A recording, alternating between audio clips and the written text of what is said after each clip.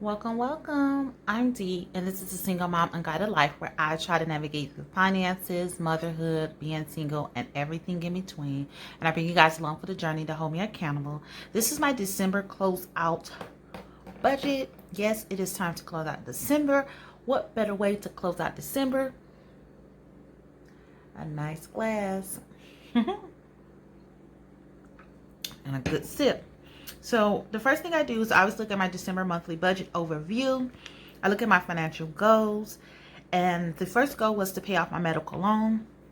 I'm happy to say I have achieved that. The second was to create an annual budget. Put a check there because I have done that. The third thing I wanted to do is the check-in buffer, and I wanted to have $715 roll over from month to month to be used for my expenses. So what we will do is we'll see if we accomplish that. But first, let's do our checks and balances.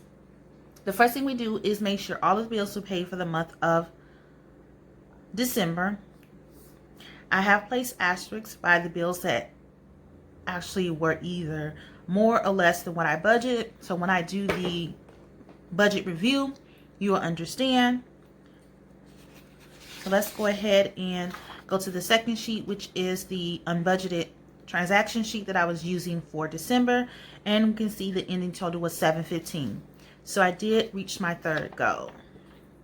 The next thing we do, we close out our cash list envelopes. And as we can see,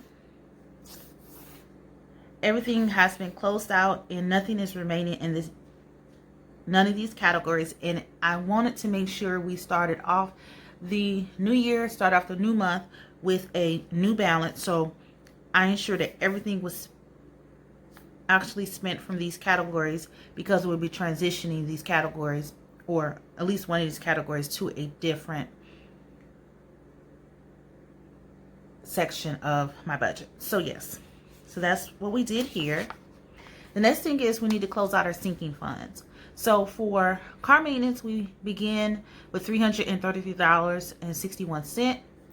The first week I added $50. I didn't spend anything. The second week I added $45.23, but I did allocate $428.84 towards my tires.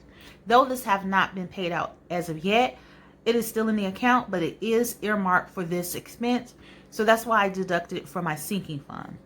In week 3, I added $50 and I didn't spend anything. In week 4, I didn't add anything, nor did I spend anything.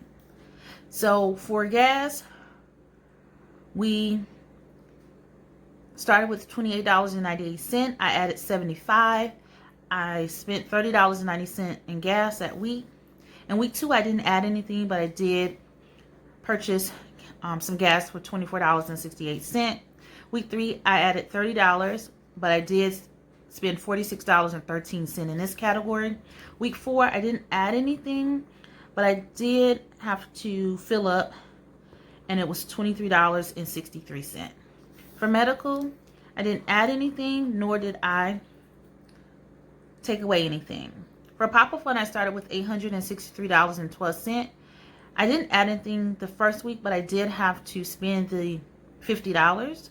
The second week, I didn't add nor subtract out of this sinking fund.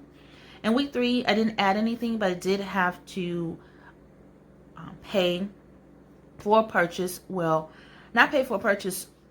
$150 was allocated for a particular purchase from recipients. So what I was doing is just now paying for that purchase, and it was $200 total. So I did take $50 from the budget, or the sinking fund, excuse me, in order to make that full payment. I didn't add anything, nor did I take away anything in that sinking fund. For property, it started with $75. I didn't add or have to use this fund for the first 2 weeks. I did add $15 the third week. I didn't have to use the fund week 3, nor did I add or use the sinking fund in week 4. Now taxes, it started with $413.78. I didn't add anything, and I have not used this fund in week 1. Week 2, I added $206.41. I didn't use this fund in week 2. In week 3, I added $53.02, and I did not use it. In week 4, I added $52.95,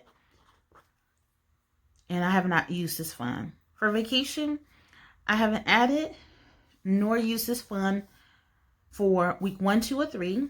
I didn't add anything week 1, but I have closed out this fund because, and I need to put it down here too, because I wanted to close this out because it's transitioning from vacation to travel. So I went ahead and allocated this to something else. So let's go ahead and we're going to calculate what we have left in each category. So we started with $333.61. We added 50. We added 45.23. We minus 428.84, and then we added $50. So $50 remaining. For gas, it was $28.98. We added 75. We minus $30.90. We minus $24.68. We added 30. We minus 46.13, and we minus 23.63. So that should leave with $8.64. For medical, 0. For Pop-Up Fund, it was $863.12 minus 50 minus 200. So that's $613.12. For the property, we started with 75, only added 15, so that's 90. For taxes, it was $413.78. We added $206.41. We added $53.02 and $52.95. So we have $726.16. And then for vacation is 0. So this is the balances I should be taking over into the next month. Okay, so now let us go ahead and see how we did for the month of December. I'll grab me a little sip. So first I talk about the monthly take-home pay. The income source one, and this is from my pay that I received from my employer. The total was $3,340.28. The second income source was from the stipend and was $142.29. And I received various different bonus incomes that totaled $1,009.69.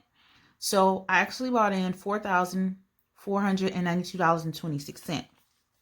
Let's first talk about the fixed expenses.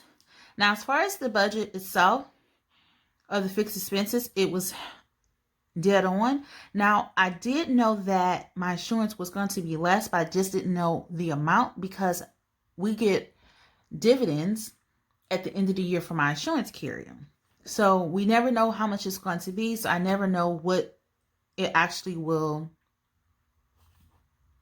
the ending balance will be. So I always budget for that, knowing that it's less.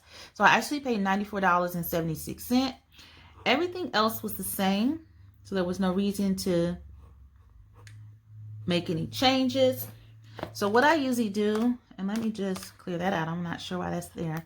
I just put the $1409.84 and I minus the fixed expense that was different, and then I add the actual amount that I paid. And that was wrong, so let's do that again. So $132.77, and then I'm going to add $94.76. So that's $1,371.83. Now for the variable expenses, we had several expenses that was either more or less than what we budget. The first was the credit card. I budgeted $74.71. The actual was $70.51 because I was charged a fee that I didn't know that I was charged initially when I looked into this, and then I think it was something else in interest. So it was $70.51.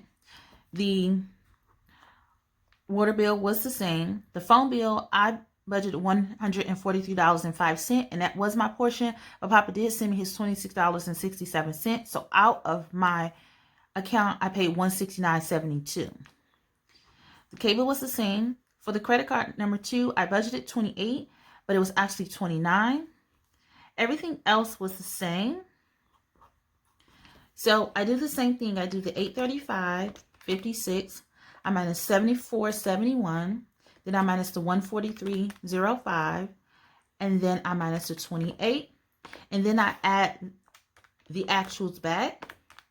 And that gives me what I actually spent in this category. So that's $859.03.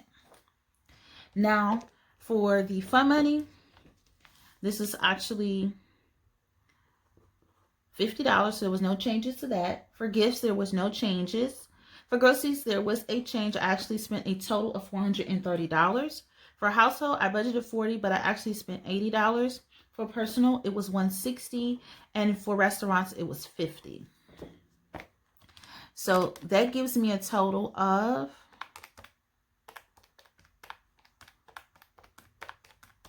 $820. Okay. Now for the savings and sinking funds, these are the funds that I budgeted for. So car maintenance was $100. I saved $100, and I did spend out of that category, so I put a check there so I know that I reconcile that. For gas, I budgeted $60, but I actually put $105 total. I did spend out of this category, so I put a check.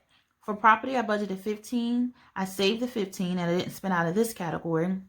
For savings, I budgeted $235.69. I actually was able to send $306.40, and I have not spent out of this category. For the checking buffer, I budgeted $715, and I was able to save the $715, regardless if I actually was able to spend more, save more, because $269.13 was actually filtered to this account.